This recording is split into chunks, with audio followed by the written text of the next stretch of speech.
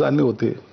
परवा तर त्यांनी तुमच्या मीटिंगमध्येही सांगितलं ना की आता जरा, आणि असं त्याच्याबद्दल बोललं जातं की खास करून तुमच्यासाठी होतं की जरा कमी बोला असं.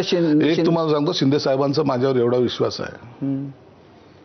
मी हे गेल्या 3 वर्षामध्ये कोणतंही स्टेटमेंट दिलं आणि त्यांनी मला फोन करून सांगितलं की नाही हे सगळं चुकलंय तुझं, असं एकही नाही.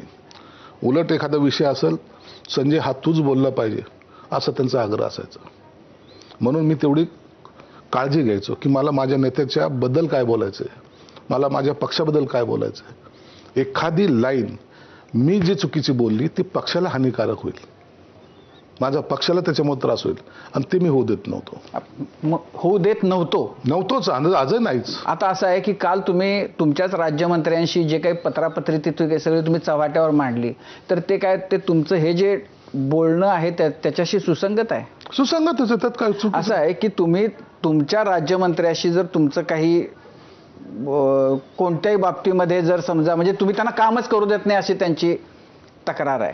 आता ही बातमी बघा तुम्ही कशी काढली. मी माझ्या राज्यमंत्र्यांना, माझे त्यांचे चांगले संबंध आहेत. मिसाळताई माझ्याबरोबर 4 टर्म माझ्याबरोबर आहेत त्या.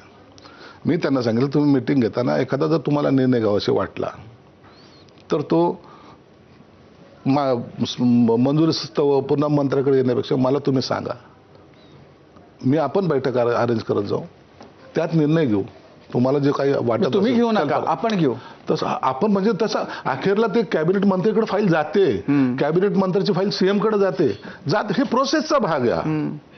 म्हणून मला त्यांना दुखवणं किंवा त्यांच्याकडून काहीतरी त्यांच्या अधिकारावर काही गदा आणणं हा आमचा विषय नव्हताच. पण ती बातमी चालली गेली. आता शिरसाटाने त्यांना पत्र लिहिलं ना. आता लिहिलं ना, तर पण ते आमचा इंटरनल आम्ही एकमेकाला सहकार्य करायचं नाही का? अच्छा, तुम्ही पत्र लिहिता? मग काय करायचं आताच्या जमान्यामध्ये असं तुम्हाला भेटून सांगून बोलू नाही शकत की अरे आपण ताई आपण एकत्र बसून. प्रत्येकाला आपापला वेळ असतो, टाइम असतो, कोण कोणत्या प्रोग्राम मध्ये असतं. एखाद्या वेळेला आपण आपल्या PS ला सांगतो. तुम्हाला अंदाज नव्हता की आपण असं पत्र लिहिलं तर त्याची बातमी होईल, जर पत्र मीडियाच्या हातात गेलं तर? आता कसली बातमी होईल, आता याच्यावर आता कधीच विश्वास राहिलेला नाहीये.